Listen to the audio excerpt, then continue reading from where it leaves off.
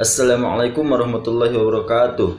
Rabbi shrah sadri wa yassir li amri wahlul 'uqdatam min lisani yafqahu qawli. Raditu billahi robba wa bil islami dina wa bi Muhammadin nabiyya wa rasulah. Amin. Ya teman-teman, di video kali ini saya akan membahas tentang pendidikan agama Islam, yaitu tentang salat fardu. Apa itu salat fardu? Dan bagaimana pengertian salat fardu? Oke, kita akan bahas sekarang. Pengertian salat fardu. Secara bahasa, salat berasal dari bahasa Arab yang memiliki arti doa. Sedangkan menurut istilah, salat bermakna serangkaian kegiatan ibadah khusus atau tertentu yang dimulai dengan takbiratul ihram dan diakhiri dengan salam. Oke, selanjutnya, apa hukum melaksanakan sholat?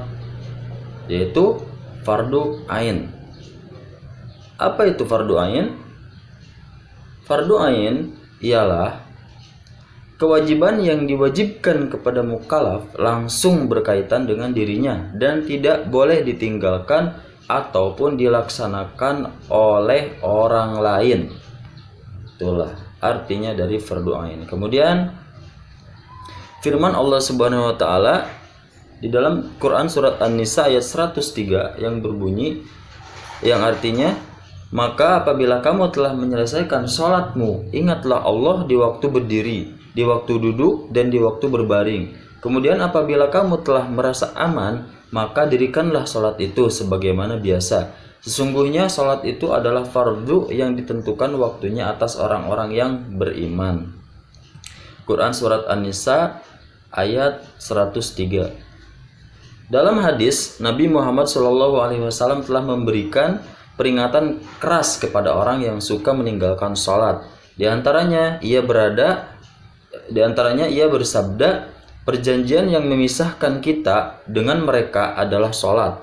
Barang siapa yang meninggalkan sholat, maka berarti dia telah kafir. Orang yang meninggalkan sholat, maka pada hari kiamat akan disandingkan bersama dengan orang-orang laknat. Berdasarkan hadis berikut ini, barang siapa yang menjaga sholat, maka ia menjadi cahaya, bukti, dan keselamatan baginya pada hari kiamat. Dan barang siapa yang tidak menjaganya, maka ia tidak mendapatkan cahaya, bukti, dan keselamatan, dan pada hari kiamat ia akan bersama Qarun, Fir'aun, Haman, dan Ubay bin Khalaf.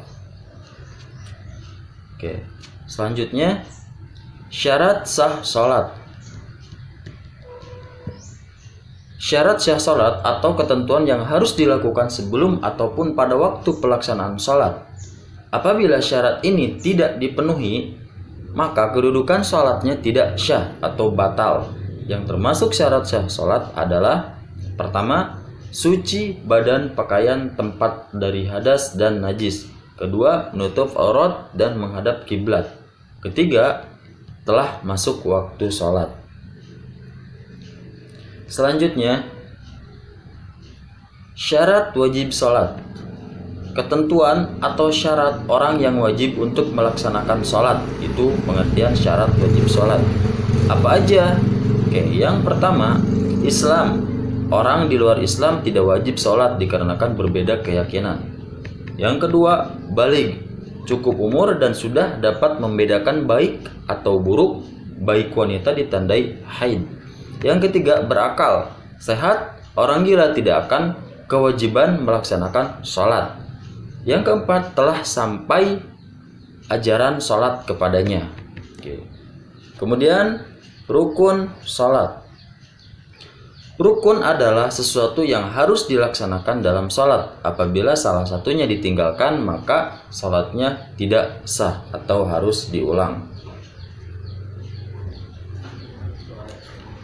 Rukun sholat yang pertama adalah niat.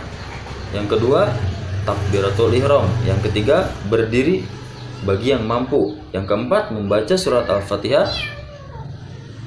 Kelima, ruku. Keenam, tumanina. Ketujuh, i'tidal. Kedelapan, tumanina. Kemudian 9, sujud 2 kali.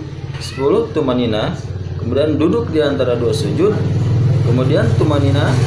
13 tasyahud akhir, 14 duduk dalam tasyahud akhir, 15 salawat kepada Nabi Muhammad, 16 salam, 17 tertib. Untuk lebih lengkapnya silakan teman-teman tonton video tentang gerakan-gerakan sholat. Oke, selanjutnya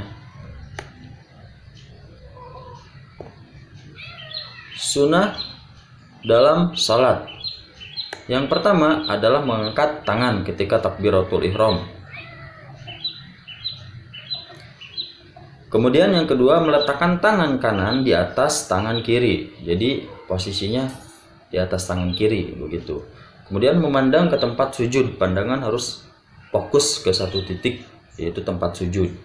Kemudian membaca doa iftitah, membaca ta'awudz sebelum membaca surat Al-Fatihah, membaca amin sesudah selesai surat Al-Fatihah, membaca surat atau ayat Al-Quran setelah surat Al-Fatihah, membaca Allahu Akbar ketika pindah ke rukun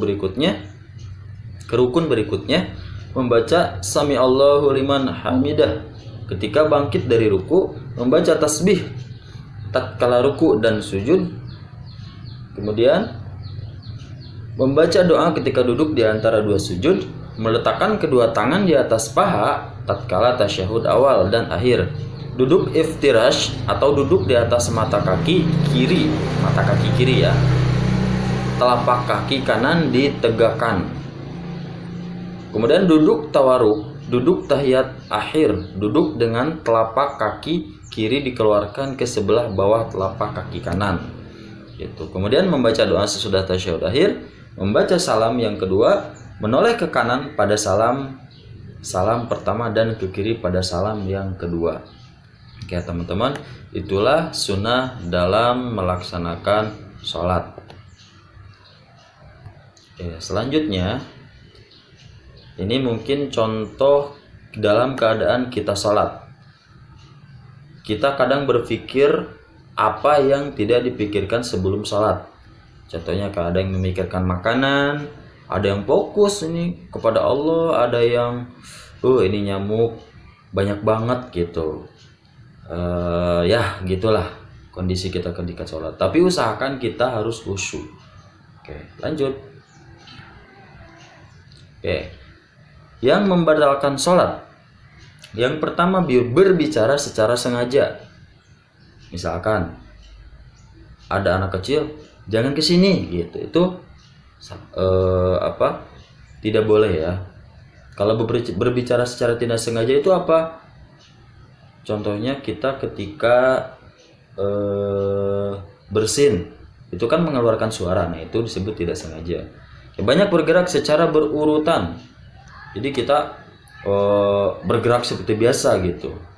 Garuk sini, garuk sana, garuk sini, itu tidak boleh ya teman-teman. Oke, hadas tentunya suci ya. Kalau sudah berwudu berarti sudah suci.